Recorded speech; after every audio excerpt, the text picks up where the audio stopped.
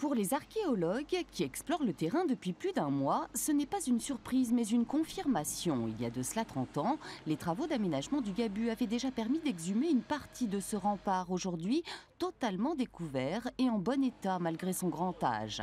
En pierre de taille, ce mur d'enceinte a été construit au XIVe siècle dans l'un des plus vieux quartiers de La Rochelle.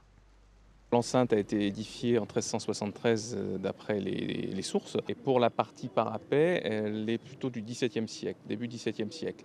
Et donc auparavant, il faut imaginer cette enceinte plutôt dans un espace complètement vierge d'habitation, dans un marais en quelque sorte. Nous sommes ici dans un endroit qui n'est pas du tout bâti avant le XVIIe siècle. Ce n'est qu'après la construction du parapet qu'on installe contre cette enceinte des bâtiments, essentiellement des magasins d'artillerie.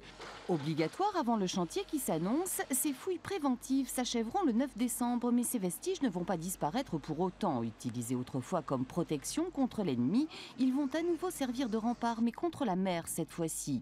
Sur ces fondations, un muret d'environ 70 cm de haut va être construit dans le cadre du PAPI, le plan d'action et de prévention des inondations, dont les travaux débuteront dans un an.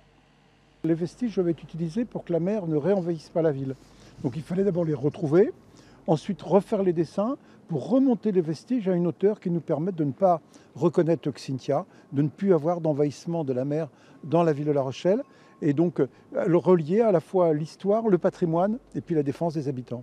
Avant de remblayer le site, le public est invité à découvrir de plus près ces traces du passé et le travail des archéologues. Une visite guidée du chantier sur inscription est prévue le 6 décembre.